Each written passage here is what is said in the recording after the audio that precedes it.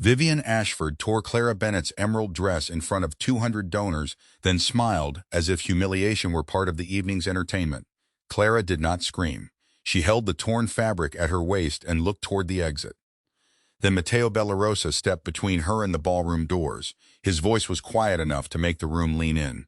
"Vivienne," he said, "you will get on your knees and apologize." But Clara wanted no rescue from a powerful man who had spent months treating her like a convenient teacher with a clipboard. She wanted to leave, and she would have if Matteo had not noticed the old Navy ledger clutched beneath her arm. Because by midnight, that ledger would reveal why Vivienne feared one ordinary teacher more than the Bellarosa name itself. Clara Bennett had promised herself she would stay for exactly 40 minutes. 40 minutes at the Bellarosa Foundation Gala. 40 minutes beneath chandeliers that cost more than the reading corner at Lincoln Elementary. 40 minutes of smiling at donors who loved the word community as long as it came with champagne. After that, she would take the last subway home, peel off her shoes, and finish grading essays at her kitchen table. The plan had seemed sensible at 6:30. By 7:15, it felt like one more thing she had done for other people, without asking whether it cost her too much. Her emerald wrap dress was modest, carefully pressed, and borrowed from her friend Nora across the hall. It made her feel composed when she had tried it on. Here, under the ballroom lights, it felt like an invitation for strangers to decide what kind of woman she was.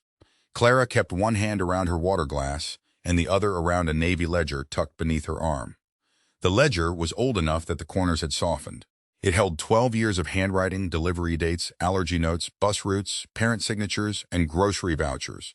To anyone else, it looked like a tired teacher's notebook. To Clara, it was the map of every child the foundation claimed to serve. A boy named Jamal who could not concentrate after lunch unless he had eaten breakfast. A little girl named Sophia, whose mother worked nights and needed a late bus route on Tuesdays. Twins named Owen and Eli who pretended they hated books but fought over who got to take home the library card. Clara did not bring the ledger to prove she belonged in the room. She brought it because the room kept making decisions about children it had never met. "Miss Bennett." The voice came from behind her, smooth and bright enough to sound harmless. Clara turned and found Vivian Ashford holding a flute of champagne as though it had been designed for her hand. Vivian wore silver silk, diamonds at her throat, and the kind of smile that left no warmth behind. She was Matteo Bellarosa's cousin, the foundation's gala chair, and the person who had ignored Clara's last 6 emails about missing transportation funds. "Vivienne," Clara said, "I was beginning to think you had decided not to come. I said I would. Yes, but teachers are so often overwhelmed by schedules." Vivian's eyes dropped to the ledger under Clara's arm. "That little book again? It contains the program records." "The foundation has program records. The foundation has summaries." Clara held Vivian's gaze. "This has the names behind them." For half a second, Vivian's smile stopped working. Then it returned, even brighter. "How moving." Clara had heard that tone before. Parents used it when they meant emotional instead of informed. Board members used it when they meant inconvenient. She had learned not to argue with it. She had also learned not to surrender to it. "The trustees meet Monday," Clara said. "The after-school program needs its transportation release before Friday, or 12 students lose their routes." Vivian tilted her head. "Tonight is for celebrating, Clara. Those children cannot eat celebration." The woman beside Vivian gave a startled laugh and then looked embarrassed. Vivian did not. She leaned closer, lowering her voice. "You are very good at making every room feel like a classroom." "No," Clara said. "I am good at noticing when adults forget their responsibilities." The air between them tightened. Across the ballroom, an auctioneer announced another donor package. Hands rose for a private wine dinner, a sculpture, a weekend on a yacht. Clara watched a man bid $15,000 on a painting he had not bothered to examine. That amount would have covered meals for the program through winter. She pressed her thumb along the edge of the ledger and reminded herself why she had come. Not for Vivienne, not for Matteo Bellarosa, not for anyone who needed to be impressed. She had come for the children who would not be allowed past the doors of this hotel. Clara, a different voice spoke her name. Low, controlled, and without the casual softness other people used when they wanted something from her. Matteo Bellarosa stood a few feet away, speaking with 2 trustees in dark suits. He was taller than Clara had expected the first time they met, but that was not what people noticed most. They noticed the stillness. Nothing in his face moved unless he chose it. His black tuxedo was severe, his dark hair swept back from his forehead, and his attention landed like a door closing. Clara had known him for 4 months. In those 4 months, he had visited Lincoln Elementary twice, nodded at her reports, and signed whatever page his assistants placed in front of him. He had never remembered the names of the children. He had never asked why she kept sending emails after nobody answered. "Mr. Bellarosa," she said. His eyes went first to Vivian, then to the ledger, then back to Clara.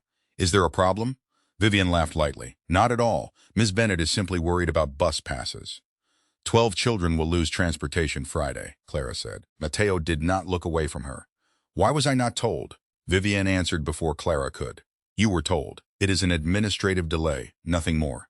"It has been delayed for 3 weeks, Clara said, and your team said the vendor was paid." The trustees had turned toward them now. So had several donors. Vivian's smile grew thinner. "Clara, this really is not the place." "It is exactly the place," Clara said. "You are asking these people to celebrate a program you are allowing to fail." A hush moved through the closest tables. Mateo's expression did not change. That was the part Clara disliked most about him. He could make silence feel like judgment without ever explaining what he was thinking. "Give me the details tomorrow," he said. It was not cruel. It was worse. It was the polished dismissal of a man who believed his schedule mattered more than her urgency. Clara felt the old reflex rise in her throat. Apologize. Make it easier. Thank him for listening when he had not listened at all. Instead, she tightened her grip on the ledger. "Tomorrow is too late for the children who cannot get home Friday." Something unreadable flickered in Mateo's eyes. Before he could answer, Vivian reached for Clara's elbow. "Come with me," she said. Her fingers closed more firmly than the words suggested. Clara pulled her arm free. "I am not finished." Vivian's eyes flashed. "Yes, you are." Vivian did not raise her voice. She did not need to. The insult sat between them, neat and deliberate, waiting for Clara to make herself smaller around it. Clara had done that once. Not here. Not tonight. She shifted the ledger beneath her arm and reached for the coat she had left over the back of a nearby chair. "I agree," she said. Vivian blinked. "You agree? I am finished asking you to do the job you volunteered to oversee." Clara slipped one arm into her coat. "On Monday, I will tell the trustees exactly what I know. Until then, I will make arrangements for the children whose routes you failed to fund." Vivian's hand closed around Clara's wrist before Clara could step away. It was also visible. Mateo saw it. His hand came down over Vivian's fingers, not roughly, but with enough certainty that she released Clara at once. "Do not touch her again," he said. Vivian looked at Mateo as if she had misheard him. "She is disrupting your event. She is raising a question you should have answered weeks ago." "She is a teacher with a notebook." Clara felt the words strike, though Vivian was looking at Mateo when she said them. A teacher with a notebook, not a professional, not a partner, not someone who could understand money, authority, or consequences. Mateo's gaze moved to Clara's face. For the first time that evening, he looked less like a man deciding whether to dismiss an inconvenience. He looked like a man realizing the inconvenience had been standing in front of him for months. "What is in the ledger?" he asked. Clara pulled her wrist free and held it close to herself. "Records your office never requested." "Then show me." "No." The answer landed harder than any raised voice could have. Vivian's mouth curved with satisfaction. Mateo's expression barely changed, but Clara saw a brief tightening at his jaw. He was not used to hearing that word. "I am not handing 12 years of children's private information to a room full of strangers because your cousin finally decided I might matter. I am not asking you to. You just did." Mateo drew a slow breath. "Then tell me what you need." Clara looked at him carefully. "I need the transportation vendor paid tonight. I need an independent review of the program records before Monday. And I need Vivian removed from any conversation about the children until that review is complete." Vivian laughed. "You cannot be serious." Clara kept her eyes on Mateo. "I am serious every day. That is why I have records." Mateo turned to his chief of staff, a gray-haired woman named Elena who had appeared quietly at his side. "Call the transportation vendor," he said. "Confirm the invoice and release payment if the records support it." Elena nodded once. Vivian stepped forward. "You are taking her word over mine?" "I am taking action," Mateo said. "There is a difference." Then his eyes settled on the torn edge of Clara's dress. The fabric had caught on the corner of a silver serving tray when Vivian grabbed her, leaving a jagged opening along the seam. Clara had not even noticed the damage until then. Vivian noticed it too. Her face sharpened. "Oh, please." "That was an accident. I will go now," Mateo said. Clara looked up. His voice had been quiet. The command inside it had not. She did not move. Mateo seemed to hear himself a second later. The stillness in his face changed. "Please do not leave yet," he said. "I owe you an answer, and this room owes you better than silence." Clara did not say yes. She did not say no. She waited. Mateo faced Vivienne. "You damaged Ms. Bennett's clothing while trying to force her away from a discussion you failed to address." Vivienne folded her arms. "You are making a scene." "No," he said. "You made one. Now you will repair what you can." A flush rose along Vivienne's throat. "Mateo, apologize. I said it was an accident." "You did not apologize." The ballroom seemed to narrow around them. Clara hated that everyone was watching. She hated even more that a part of her wanted to see whether powerful people ever had to answer for what they did. Vivienne's eyes moved from Mateo to the donors, then to Clara. The calculation on her face was almost visible. She could walk away and lose nothing but politeness, or she could obey and lose the image she had spent years selling. "On your knees," Mateo said. Clara's breath caught. Mateo's gaze did not leave Vivienne. "You wanted this teacher to feel small in front of the people whose respect she earned. You will apologize at her eye level." It was not kindness. It was a correction made with the same authority that had allowed the room to ignore Clara before. Clara understood that immediately. She understood something else, too. If she did not speak now, this would become Mateo's performance instead of her boundary. "Stop," she said. Every face turned to her. Mateo did too. Clara lifted her chin. "I do not need her on the floor. I need her to say what she did without calling it an accident. And I need everyone here to understand that the children are not a decoration for your fundraising photos." Vivienne stared at her. For a beat, Clara thought she would refuse. Then Vivienne's knees bent slowly against the polished marble. The sound was almost nothing. The shock that passed through the crowd was not. Vivienne looked up at Clara, fury sealed behind perfect posture. "I tore your dress," she said. "I tried to remove you because I did not want you speaking about the program. I was wrong." Clara waited. Vivienne's hands tightened in her lap. "I am sorry. It was not a good apology. It was not meant to heal anything." But it was the first crack in the picture Vivienne had built of herself. Clara stepped back. "Stand up," she said. Vivienne rose without taking Clara's hand. Mateo watched Clara, not Vivienne. "You were right to stop me," he said quietly. Clara met his eyes. "Being right after the damage is done does not fix the damage." "No," he said. "It does not." Elena returned with her phone still in hand. "The vendor confirms no payment was received," she said. The invoice was marked processed from an internal account. They were told the program had been paused. Clara felt the floor beneath her shoes become suddenly unsteady. "The program was not paused," she said. Elena looked to Mateo. "There is more. The payment trail leads to a vendor called Ashford Strategic Learning." Vivienne's face went pale. Clara looked at the woman who had just knelt in front of her. For the first time, she saw not just cruelty. She saw fear. And fear, Clara knew, usually meant there was something worth finding. Mateo did not look at Vivienne when he answered. "Freeze every account connected to Ashford Strategic Learning." Vivienne's face changed. Not anger, not embarrassment. Calculation. "You cannot do that on the word of a teacher," she said. Mateo's eyes stayed on Clara. "No," he said. "I can do it because an invoice was marked paid when the vendor was never paid." He turned to Elena.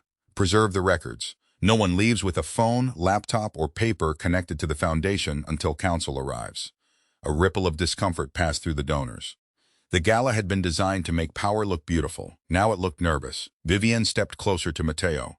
"You are humiliating me because she made a scene." "She did not make a scene," Clara said. Vivienne turned sharply. Clara did not step back. "You ignored 12 children. You marked their transportation as paid. That is not a scene. That is a decision." For a moment, Vivienne's smile returned. It was colder now. "You have no idea what you are talking about. I know the vendor did not receive payment. You know bus routes. I know who gets stranded when adults treat a number on a page as more important than a child." Mateo watched Clara speak. He did not interrupt. That was new. Elena's phone rang again. She listened, then covered the receiver. "Mr. Bellarosa, the vendor has sent the original payment notice. It was redirected through an internal authorization code." "Whose code?" Mateo asked. Elena's expression remained careful. "Vivienne's office." The room went still. Vivienne's eyes flashed toward Elena. "You are mistaken." "I am reading the record," Elena said. "No," Vivienne said. "You are reading what someone wants you to see." Clara heard the panic under the polish. It did not make her feel victorious. It made her think of the children who would have paid for it. Mateo finally turned to his cousin. "You will leave the ballroom with counsel." Vivienne's mouth opened. Then she looked at Clara. The look carried a promise, not a threat spoken aloud, something more practiced. A warning that people like Clara were supposed to understand without proof. Clara understood it. She simply refused to obey it. "I am not going anywhere with your people," Vivienne said. "You are not being detained," Matteo replied. "But you are no longer representing this foundation tonight." Vivienne laughed once. It sounded brittle. "You are throwing me aside for her?" Matteo's answer came after a pause. "I am correcting a failure that should never have reached her." Clara felt no comfort in the words. They were not an apology. Not yet. Vivienne took one last look at the torn seam of Clara's dress. Then she turned and walked toward the exit with two attorneys behind her. She did not look back. The doors closed. The room exhaled. Matteo faced the donors. "The gala is over," he said. "No speech, no excuse, no request that they understand. Just an order," and the orchestra stopped playing. Clara gathered her coat and ledger. She had expected to feel satisfied. Instead, she felt tired enough to disappear. Matteo came toward her slowly. "If you will give me 20 minutes, he said, "I want to hear the program records." Clara looked at the clock above the ballroom bar. It was almost 10. She still had papers to grade. She still had an early bus to catch, and she still did not trust the man standing in front of her. "You had 4 months, she said. "I know. That is not an answer." "No," he said. "It is the beginning of one." Clara studied him. He was not charming her. He did not smile. He did not offer money, a driver, or a private favor. He looked like a man who had discovered a crack beneath his own house and understood it might reach the foundation. 20 minutes, she said. "In a room with Elena present." "Of course, and no one touches the ledger." "Agreed." The foundation office was on the second floor of the hotel, behind a locked set of glass doors. It smelled of coffee, printer ink, and expensive furniture that had never held a child's backpack. Clara sat at the end of a long conference table. Matteo sat across from her. Elena opened a notebook but did not write yet. Clara placed the Navy ledger in front of herself. "This is not a financial record," Matteo said. "No," Clara answered. "It is the record that tells you whether the financial records are lying." She opened it to a page marked with blue tabs. Each blue tab is a transportation route. She pointed to names, dates, and small check marks. Every child assigned to a route has a parent signature, a school pickup time, and a vendor code. Matteo leaned forward. "And the red tabs, emergency meal support. The green, reading aids and home supplies." Elena looked over the page. "These dates match the program reports." "Some do," Clara said. "Look at April." She turned several pages. On April 9th, the official report says 14 children stopped using the late route. Matteo frowned. "Did they know?" Clara tapped the signatures. "All 14 rode that week. 3 rode every day. 1 was Jamal Carter." "Why would the report say they stopped?" Elena asked. "Because if you remove children from a route on paper, you can say the route is no longer needed. And redirect the money," Matteo said. Clara nodded. "Except the children are still there." She showed them another page. "Vivienne's office asked me for attendance totals in May. I sent them. The totals in the board packet were lower." Matteo's face hardened. "How much lower?" "Enough to justify cutting 2 routes and reducing meal support." Elena began writing quickly. Clara watched Matteo read the names. For the first time, he did not glance at the page like it was an obligation. He stopped at Jamal's name. "Who is he?" "A 4th grader," Clara said. "Smart, stubborn, and constantly hungry because his grandmother stretches 1 paycheck across 3 children." Matteo looked up. "Why did no one tell me?" Clara closed the ledger halfway. "People did tell you. You signed reports. You attended events. You just listened to the people who made the problem sound clean." The truth landed between them. Matteo did not defend himself. He lowered his eyes. "That is on me." "Yes," Clara said. Elena's laptop chimed. She read the message, then looked at Matteo. "The bank has confirmed 3 transfers from the youth program account." "Where did they go?" "To Ashford Strategic Learning." Clara felt Matteo's attention return to the ledger. "Can this prove Vivienne knew?" he asked. Clara shook her head. "Not alone. It proves the children were counted out. The rest is in the pattern." Outside the glass wall, a hotel employee passed with a cart of empty champagne glasses. Clara watched the gold light catch each one. Then her phone rang. The school number flashed on the screen. She answered at once. "Mrs. Bennett," the night custodian said. "It is Jamal. He is waiting outside the school. The late route bus never came." Clara was already moving before the custodian finished speaking. "Keep him inside," she said. "Stay with him. I am coming." Matteo rose from his chair. "I will have a car take you." "No," Clara said. Then she looked at the time. The school was 20 minutes away. Jamal was alone. Her anger could wait. "Fine," she said. "But we go straight there." The driver did not speak. Neither did Matteo. The city moved past the dark windows in streaks of gold and rain. Clara held the ledger in her lap, one hand over the cover, as if it could protect every name inside it. "You should not have been left to handle that alone," Matteo said. Clara looked out the window. "That is what I have been telling your foundation." "I know." "No," she said. "You are beginning to know." Jamal was sitting on the front steps when they arrived. His backpack was beside him.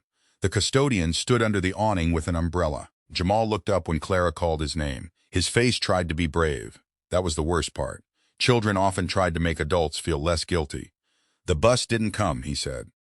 "I called my grandma, but her phone is off." Clara knelt in front of him. "You did exactly the right thing by staying inside. Am I in trouble?"